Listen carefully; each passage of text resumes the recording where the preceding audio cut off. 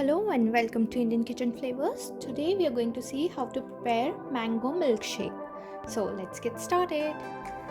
Here I have taken half a cup of pulp of ripe mangoes. These are sweet and ripe mangoes. We are going to now add the pulp in a blender jar. Now to this I am going to add 1 cup of milk. To this I am going to add in some ice cubes. This is optional. If you wish you can add, otherwise you can skip. Next to this we are going to add sugar according to taste. To this I am going to add some chopped cashew nuts and almonds. This is optional. If you wish you can add, otherwise you can skip. But adding chopped nuts gives a nice taste.